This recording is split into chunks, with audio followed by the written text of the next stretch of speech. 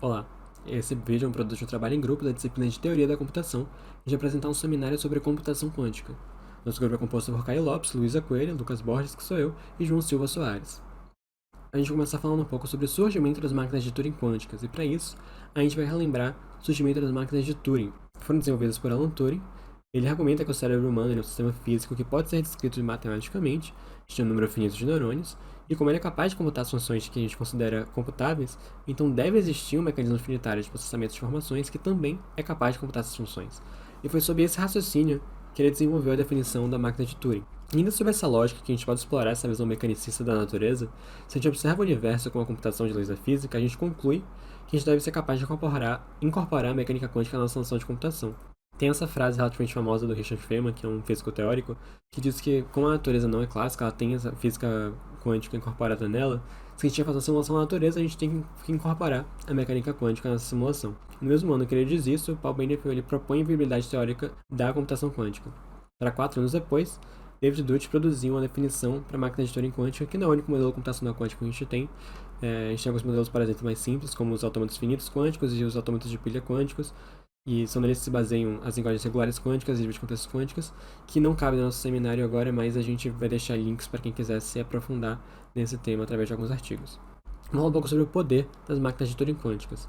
A gente conhece, né, o tese de Church-Turing, que afirma que toda função que seria naturalmente considerada computável pode ser computada por uma máquina de Turing. E de fato, as máquinas de Turing clássicas elas são capazes de simular as máquinas de Turing quânticas e vice-versa. Os problemas que são resolvíveis por uma são resolvíveis por outra. Esses dois matemáticos eles apresentaram no simpósio de teoria da computação de 84 a seguinte tese de que máquinas razoáveis podem simular umas às outras e que teriam sobrecarga no tempo limitada polinomialmente. Então a gente conseguiria uma máquina razoável simular a execução de um algoritmo em outra máquina razoável sem alterar a classe de complexidade de tempo desse algoritmo. Mas a gente tem fortes evidências de que as máquinas de Turing quânticas elas são mais potentes que as máquinas de Turing clássicas nessa questão da complexidade de tempo. E de que as máquinas de Turing clássicas elas só conseguem simular as quânticas com a sobrecarga exponencial. A supremacia quântica é justamente essa tarefa de mostrar que o computador quântico programável ele pode resolver problemas que computadores clássicos não conseguem resolver em um tempo razoável. E um grande passo em direção à supremacia quântica foi a apresentação do algoritmo de Shor em 94, que apresenta alguma forma de fatorar números em números primos em tempo polinomial. Ele é um algoritmo quântico, a gente vai ver esse conceito um pouco mais pra frente no seminário, e ele traria alguns impactos, traz alguns impactos caso a computação quântica se torne algo viável para a criptografia, que muitos métodos atuais se baseiam no fato de que a fatoração em números primos é difícil e que os algoritmos mais eficientes hoje em dia eles são exponenciais sobre o tamanho da entrada. E outro algoritmo que também é bem conhecido na área de algoritmos quânticos é o algoritmo de Grover, que é um algoritmo de busca em uma lista não estruturada que acontecem em ordem raiz de n. É encontrado também que existem alguns problemas que não possuem melhoria significativa de complexidade de tempo ao fazer uso de computação quântica. Por exemplo, a ordenação, tanto na computação clássica quanto na computação quântica, já foi provado que, por comparação, não pode ser realizada em menos de n log n comparações. A gente pode falar um pouco também sobre os bits quânticos, que são a unidade básica de informação nos computadores quânticos. A computação quântica, um dos conceitos da física quântica que ela se aproveita é a sobreposição, que diz que uma partícula, até ter uma propriedade medida, essa propriedade dela pode estar em dois estados ao mesmo tempo. E os bits quânticos, eles podem assumir os valores 0, 1 ou 0 e 1 ao mesmo tempo. A gente vai ver um pouco agora sobre as máquinas de Turing quânticas, ou é mais aprofundado. Começando pela MT quântica determinística. Nessas máquinas, o comportamento é totalmente previsível e controlável. Isso significa que a saída de uma MT quântica determinística sempre será a mesma para uma determinada entrada. Elas operam de forma sequencial e seguem um caminho definido a cada estágio da computação, sem múltiplas possibilidades de execução simultânea. Já as MTs quânticas não determinísticas são máquinas quânticas que podem explorar múltiplos caminhos simultaneamente devido ao fenômeno de sobreposição quântica. Isso permite que elas processem várias possibilidades de maneira paralela. Ao contrário das determinísticas, elas não seguem uma trilha única e podem seguir vários caminhos de computação simultaneamente, o que pode levar a diferentes resultados possíveis para uma mesma entrada. A capacidade de explorar múltiplos caminhos simultaneamente é uma das características fundamentais que podem, em teoria, oferecer vantagens computacionais significativas sobre os computadores clássicos para certos tipos de problema, como a faturação de números grandes, usados em criptografia, e buscas em bancos de dados não estruturados. As MT quânticas, ou MTQs, seguem um modelo em que a generalização natural do modelo das máquinas de Turing, definido mediante a suposição de que os elementos da máquina correspondem a observáveis de um sistema físico microscópico. Na generalização, vamos considerar Q como sendo o conjunto de estados de uma máquina e sigma como sendo o alfabeto de entrada e saída. O estado de uma MTQM no instante de tempo t é representado por um vetor unitário, psi, no espaço de Hilbert, gerado pelo espaço de configurações C, Q, sigma, no qual temos o produto cartesiano de Q, sigma elevado a hashtag e o produto cartesiano com o conjunto dos inteiros. Os observáveis correspondentes ao estado atual da máquina, a posição atual da máquina e o símbolo da posição J da fita são representados respectivamente pelos operadores, como é apresentado nessa forma. O estado inicial de um MTQM é representado pelo produto tensorial seguinte. A computação é realizada em passos de duração fixa t. A evolução de m em cada passo de computação é descrita por um operador unitário U em hq-sigma. Assim, depois de n passos da computação, o estado de m é descrito por,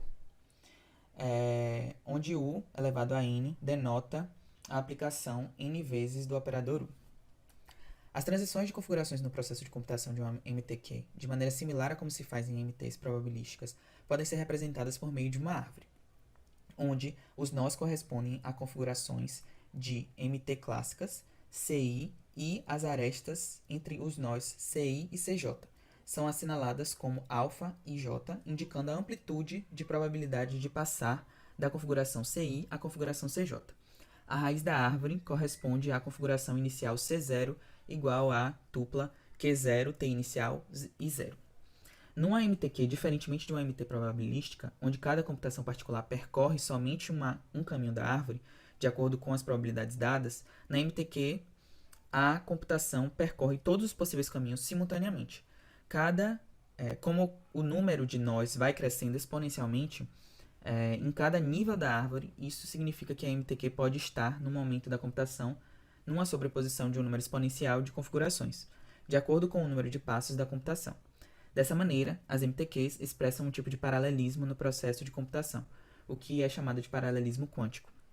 Porém, para se obter o resultado da computação, deve-se realizar uma medição final do processo devido a que somente uma configuração da sobreposição é obtida de maneira probabilística, perdendo irreversivelmente as outras configurações.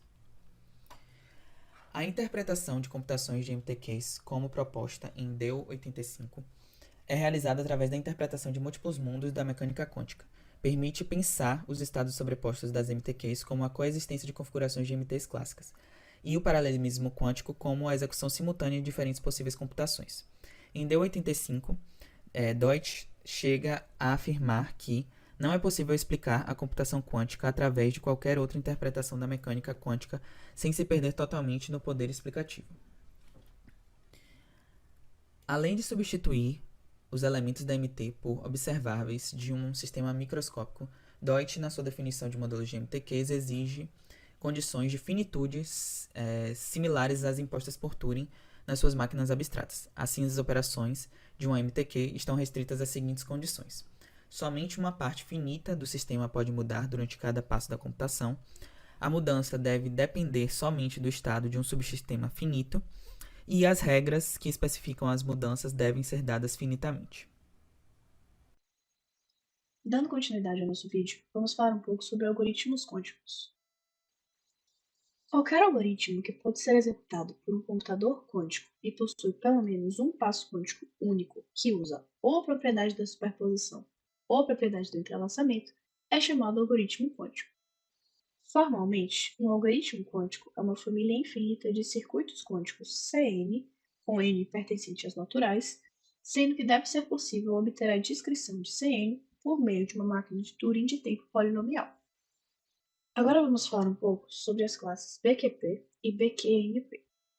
BQP, ou Bounded Error Quantum Polynomial, é a classe de problemas de decisão resolvidos por uma família uniforme de circuitos quânticos com tamanho polinomial, ou seja, computáveis por uma MT quântica de tempo polinomial ligada a uma constante. Nesse caso, uma instância positiva é aceita com probabilidade maior ou igual a 2/3, e uma instância negativa é aceita com probabilidade menor que 1/3.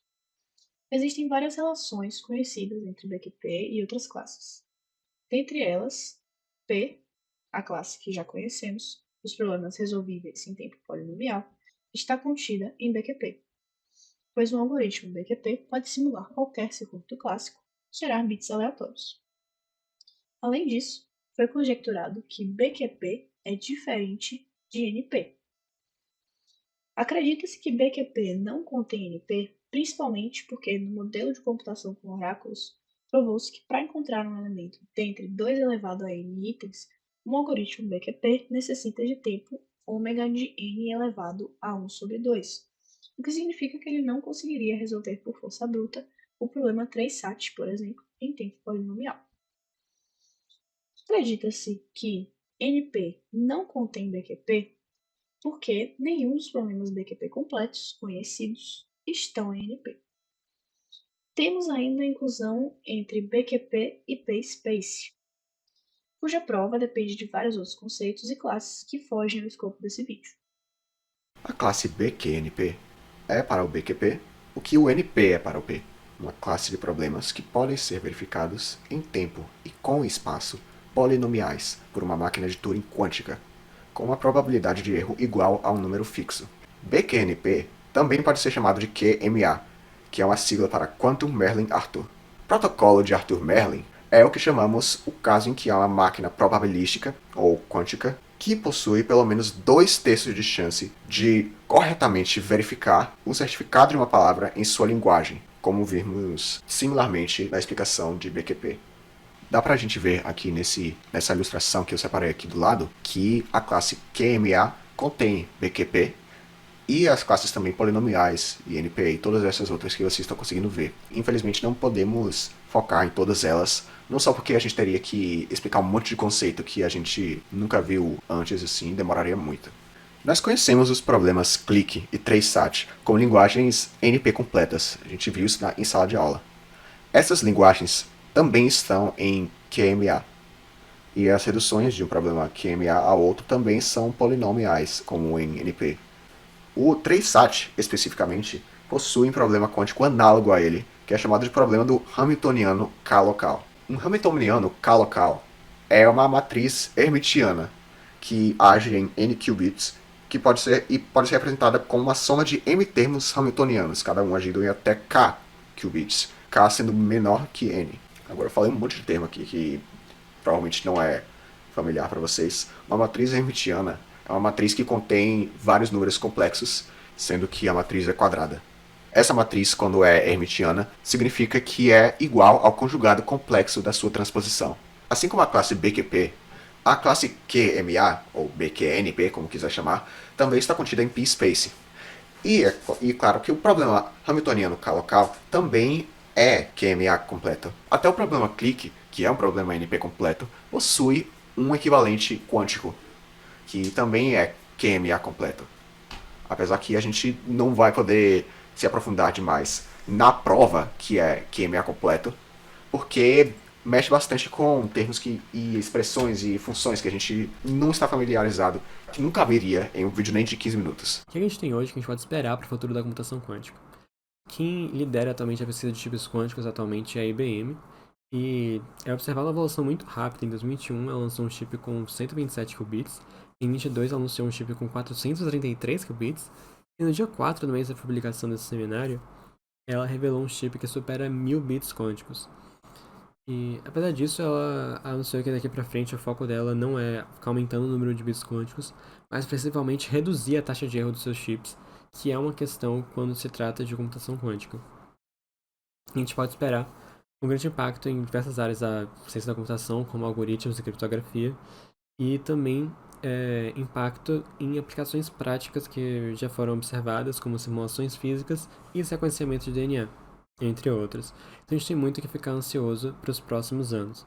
Muito obrigado pela atenção.